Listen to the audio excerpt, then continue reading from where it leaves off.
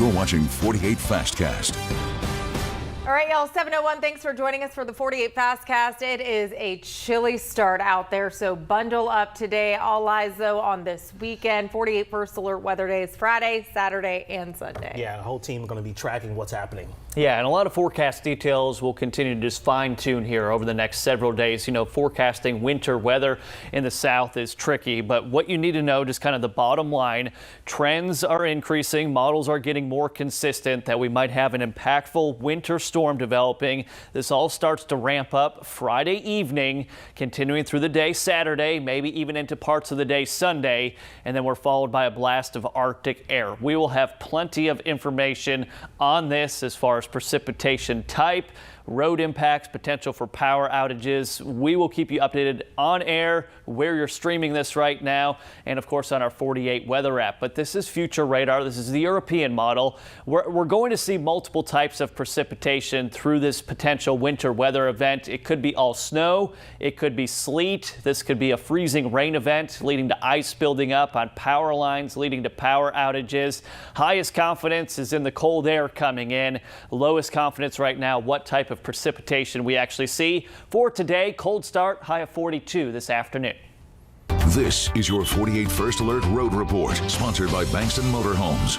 All right, taking a look at your traffic this morning. The Parkway in Huntsville, things still moving very smoothly there at 7:02. But I do want to show you an accident in the Huntsville area right now. This is on 72. There's a crash there in the westbound lanes at Moores Mill Road. So just be prepared to deal with that, potentially having some impacts on your daily commute. Also want to take you back over here to the other accident that we saw on 184, Alabama 184 there. That's blocking a lane. So be prepared to deal with that if you live near that area. Your drive times, though, this morning, not too bad if you're heading from Decatur to Huntsville. That's just about 20 minutes. Gina. Jonathan, thank you. Happening later this morning, a Colbert County murderer will find out how long he is set to spend in prison. DeCoven Williams is being sentenced today. Williams shot and killed Nathan Littleton in a Tuscumbia home in 2024. He was found guilty of Littleton's murder last year. He faces life in prison. Also happening today, an important notification system for Madison residents will be unavailable. The city's new train alert system will be unavailable from 1:30 to 4 this afternoon. There will be scheduled maintenance on the system during this time. Well, happening today as well, Decatur city leaders are going to be talking about the best ways to make your downtown experience safer. City officials will be discussing making local intersections safer around 6th Avenue.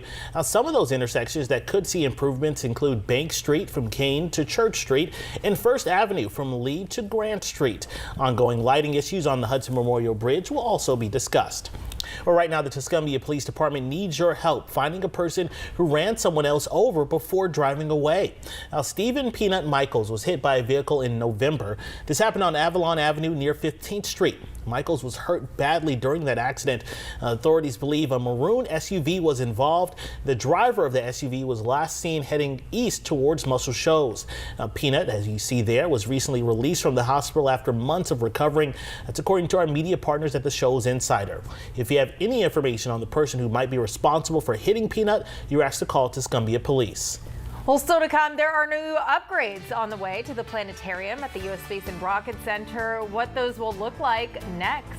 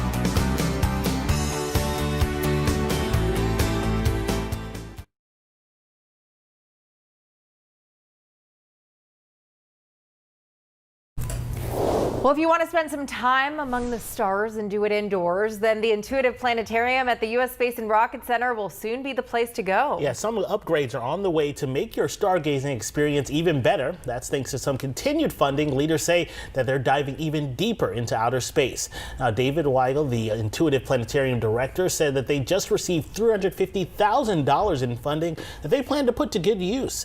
Now, for the next few days, the Intuitive Planetarium will be closed as they do a complete overhaul of their computer server that runs all of their visuals.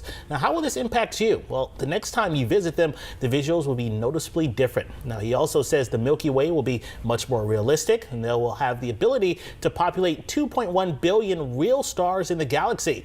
It will allow them to gather the latest and greatest data sets. We are about to release a brand new daily show in the Intuitive Planetarium called Black Holes Cosmic Abyss. That should debut in early February, and we'll make full use of this new technology. And so we'll be able to do much higher fidelity simulations of black hole interactions. We can highlight gravitational waves, these sort of ripples in the fabric of space-time, which sounds mysterious, and it kind of is. It's also very mathematically complicated. Now, again, the planetarium will be closed starting today through the 24th. Now, your First Alert weather with meteorologist Eric Burke. All right, good Tuesday morning. Back after the long weekend. Cold this morning, wind chill in the single digits and teens, but we've got to talk about the weekend. Friday night into Saturday, Sunday, our confidence starting to get a little bit higher regarding potential for a developing winter storm. Friday night could see a mix of sleet, freezing rain, or snow potentially moving in by the evening, carrying over into Saturday. Saturday would likely have the most widespread precipitation. As far as what type, that is one of the finer details we'll continue to narrow down here. If we get ice, a long duration freezing rain ice event would be the worst case scenario.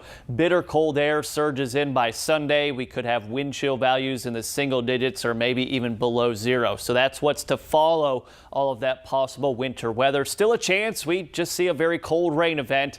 That would be the best case scenario. Sunny but cold today. We've got some showers coming in for Wednesday afternoon into the evening, maybe even into Thursday. Here's your wind chill. Make sure you're wearing your heavy coat and dressing warm when heading out. A lot of sunshine today, and the winds will be much calmer than what we had yesterday, so it will feel a bit warmer. We've got rain showers tomorrow afternoon, evening into parts of the day Thursday. And then we focus on the weekend, but just keep checking back for the latest regarding weekend forecast and weekend impacts, timing, all the details you want to know, but potential for travel impacts, maybe power outages too. Awesome. Well, definitely something we have to keep in mind, and it's a good idea to have your First Alert weather app as well, just to keep up to date with what's Great going on. tool. Yeah. All right, y'all, have a good one.